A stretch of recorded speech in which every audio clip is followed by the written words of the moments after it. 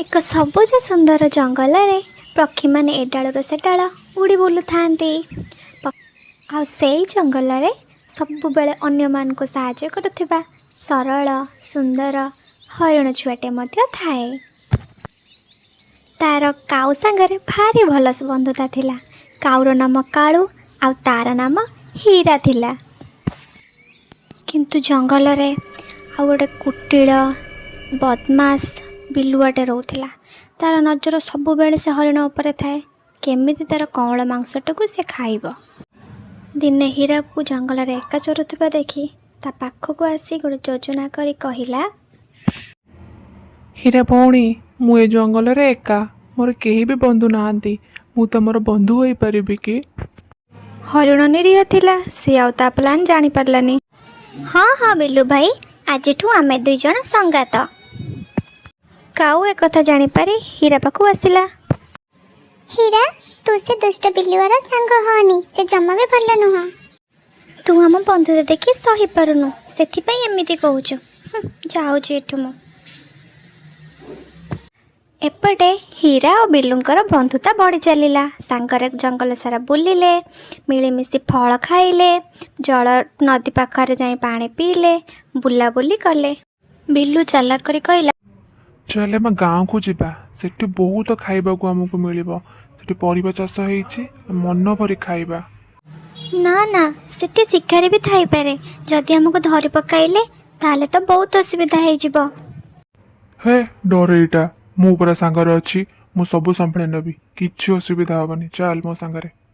ହଉ ଠିକ୍ ଅଛି। ରାତିରେ ବିଲୁ ହୀରାକୁ ନେଇ ପାଖ ଗାଁରେ ଥିବା ପରିବା ବଗିଚାକୁ ଗଲା। ସେଠାରେ ଦୁହେଁ ମିଶି ମନ ଇଚ୍ଛା ଖାଇଲେ। ହୀରା ଖାଇସାରି କହିଲା, ଚାଲ ଏବେ ପଳାଇବା। ବିଲୁ ଖାଇବାରେ ଏତେ ମଜି ଯାଇଥିଲା ଯେ ଅଜାଣତରେ ରଡ଼ି ଶୁଣି ଚାଷୀର କୁକୁର ଭୁକିବାକୁ ଲାଗିଲା। ହୀରା ପ୍ରାଣ ବିକଳ ଜଙ୍ଗଲ ଭିତରକୁ ଦୌଡ଼ି ପଳେଇ ଆସିଲା, କିନ୍ତୁ ବିଲୁ ସେଠି ରହିଗଲା। ଗାଁ ଲୋକମାନେ ଠେଙ୍ଗା ବାଡ଼ି ଧରି ଆସି ବିଲୁ ଉପରେ ମାଡ଼ ବର୍ଷା କଲେ।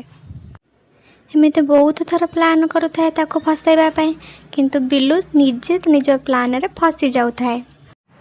ନା ନା, ହବନି। ଏ ସବୁଥର ବଞ୍ଚି ଯାଉଛି ଆଉ ମୁଁ ଫସି ଯାଉଛି। ଏଇଥର କିଛି ଗୋଟେ ଷ୍ଟ୍ରଙ୍ଗ ପ୍ଲାନ୍ କରିବାକୁ ପଡ଼ିବ।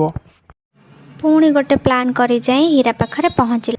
ହୀରା, ଜଙ୍ଗଲ ମଝିରେ ଗୋଟେ ଭଲ ଜାଗାଟେ ଦେଖିଛି, ସେଇଠି ସବୁଜ ସୁନ୍ଦର ଘାସ ହୋଇଛି, ଚାଲ ଯିବା ସେଠିକି।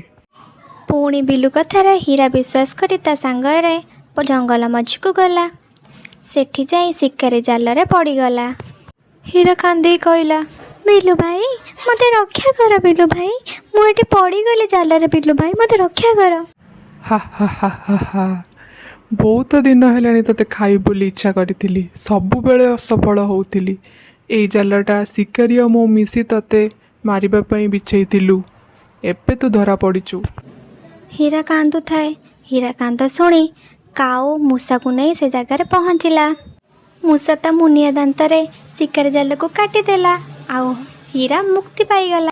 ମୋର ଭୁଲ ହେଇଛି କାଳୁ, ମୁଁ ତମ କଥାରେ ବିଶ୍ୱାସ କରିନଥିଲି।